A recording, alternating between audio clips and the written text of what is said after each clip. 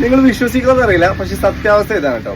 സാധാരണ നമ്മുടെ ഹാർബറുകളിലൊക്കെ കൂടുതൽ മീൻ വരുന്ന സമയത്ത് നമ്മൾ വണ്ടിപ്പണിക്കാർക്ക്, അതായത് ഡ്രൈവർമാർക്കും വണ്ടിയുടെ ഓണർമാർക്കൊക്കെ കൂടുതൽ ഓട്ടം കിട്ടും എന്നാണ് നിങ്ങൾ വിചാരിച്ചിരുന്നെങ്കിൽ അത് തെറ്റാണ് കേട്ടോ. ഓട്ടം കുറയാണ് ചെയ്യുക. അതിന്റെ കാരണം എന്താണെന്ന് ഞാൻ പറഞ്ഞുതരാം. അതിന് 2 കാരണങ്ങളാണ് പ്രധാനമായിട്ടുള്ളത്. അതിൽ ഒന്നാമത്തെ കാരണം ഞാൻ പറഞ്ഞുതരാം. ഒന്നാമത്തെ കാരണം എന്ന് വെച്ചാൽ നമ്മൾ അധികം ഇവിടെ മീൻ വരുന്ന സമയത്ത്, ഇവിടെ എന്നല്ല എല്ലാ ഹാർബറിലും, ഒരുവിധം എല്ലാ ഹാർബറിലും അധികം മീൻ വരികയാണെന്നുണ്ടെങ്കിൽ കമ്പനിയിലേക്ക് ഓടുമ്പോൾ, അതായത് ഞാൻ പറഞ്ഞു വരുന്നത് കമ്പനിയിലേക്ക് ഓടുന്നതാണ് കേട്ടോ, എക്സ്പോർട്ട് മീൻ, അതിനെ കുറിച്ചാണ് ഞാൻ പറഞ്ഞു വരുന്നത്. അതിനാണ് ഈ ഒരു ബുദ്ധിമുട്ട് വരുന്നത്. അതായത് കൂന്തള്, CF, പിന്നെ അതുപോലെ തന്നെ സ്കുഡ്, ചെമ്മീൻ, ഈ കാറ്റഗറിയിലെ മീനുകൾ, അയിലാമത്തി, ചൂര, ആ കാറ്റഗറി അല്ല, അത് മാർക്കറ്റിലേക്ക് പോകുന്ന മീനാണ്. അത് നമുക്ക് ഓട്ടം കൂടുതൽ തന്നെ ഉണ്ടാവുക. പക്ഷെ കമ്പനിയിലേക്ക് ഓടുന്ന, എക്സ്പോർട്ടിനായിട്ട് കമ്പനിയിലേക്ക് ഓടുന്ന, ഇവിടുന്ന് മീനെടുത്ത് കമ്പനിയിലേക്ക് ഓടുന്ന വണ്ടിക്കാർക്കും വണ്ടിയുടെ ഓണർമാർക്കും ഡ്രൈവർമാർക്കും ഒക്കെ ഇത് ബുദ്ധിമുട്ടാണ്. കാരണം ഓട്ടം കുറയും.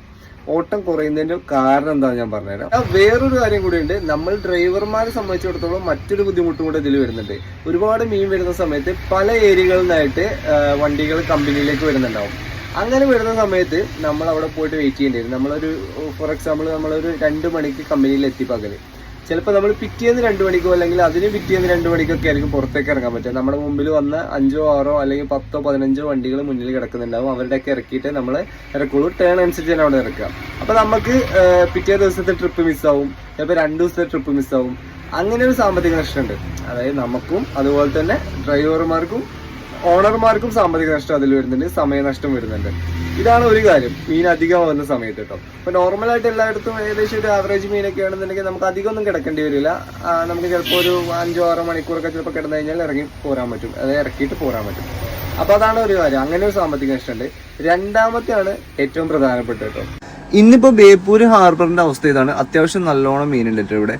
ഏകദേശം ഒരു 500 ബോക്സോളം ഓൾറെഡി ഇന്ന് കയറി പോയിട്ടുണ്ട്. ഇനിയും ഇവിടുന്ന് വീണ്ടും കയറാനായിട്ട് നിൽക്കുന്നുണ്ട്, കയറ്റാനായിട്ട് റെഡി ആയിട്ട് നിൽക്കുകയാണ്. അതിൻ്റെ ബാലൻസ് ആണിത്. അപ്പോൾ ഈ ഒരു സാഹചര്യത്തിലാണ് ഈ ഒരു പ്രശ്നം വരിക കേട്ടോ.